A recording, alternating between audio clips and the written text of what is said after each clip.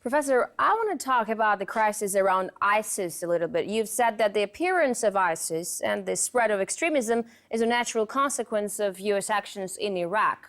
But the emergence of ISIS seemed a surprise to all. How did U.S. intelligence miss it? Well, I'd suggest that you look up on the internet a recent article by Graham Fuller. He's a very highly regarded commentator on Middle Eastern affairs, coming straight out of the U.S. establishment, a long background in the CIA as an analysis, and a highly respected and very knowledgeable commentator. What he says is, I'm quoting him, the United States created ISIS. And then he goes on to say the U.S. didn't plan ISIS, of course, and isn't implementing it. Those conspiracy tales have no basis. But the U.S. actions in the region, particularly the invasion of Iraq, that created the circumstances under which ISIS emerged. And I think he's correct. What happened is the U.S. basically hit Iraq with a kind of a sledgehammer. U.S. forces instantly instituted a governmental structure which was sectarian in nature. In particular, there were the Paul Bremer, the kind of viceroy of Iraq, designed a system in which there were participation by Shiites and Sunnis in various proportions, but it had to be divided that way. That, along with the counterinsurgency operations, of course, resistance to the invasion, which the counterinsurgency operations, as always, were very brutal and destructive, that all of this came together to create sectarian conflicts, which had not existed before. If you look at Baghdad in 2000, the Shiites and Sunni were intermarried, living in the same areas. They often didn't even know who's a Sunni and who's a Shiite. It's kind of like knowing which Protestant sect your neighbor belongs to. You may not know and you may not care.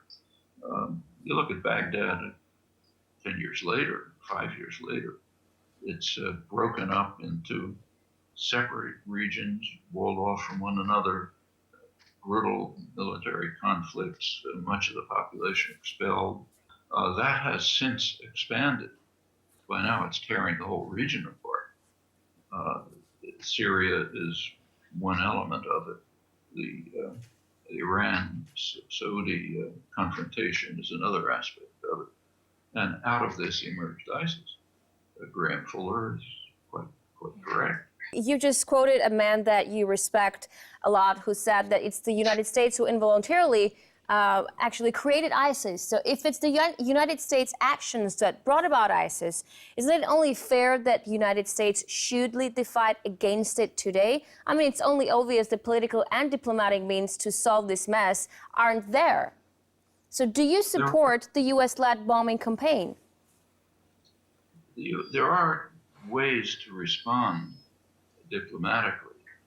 One conceivable possibility, is to act in accordance with the law. There is a reign of international law that's the principle. It bars the use of force or the threat of force in international affairs, except under authorization by the UN Security Council.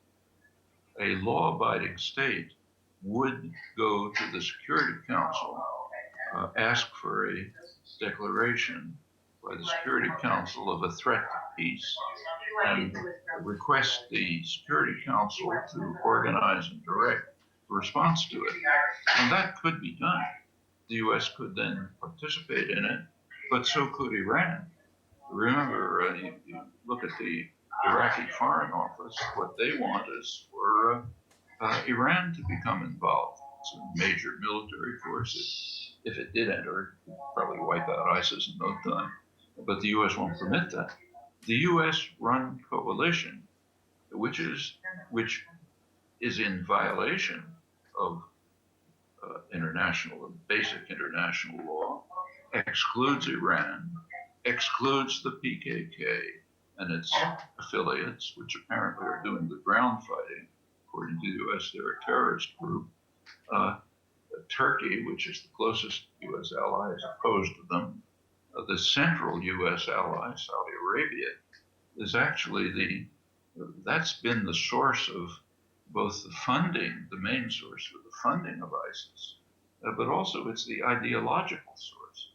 It's the Wahhabi, Salafi, extremist, radical Islamic doctrines, which are kind of a fringe of Islam, that's Saudi Arabia. A fringe of that radical doctrine is ISIS. So this coalition is,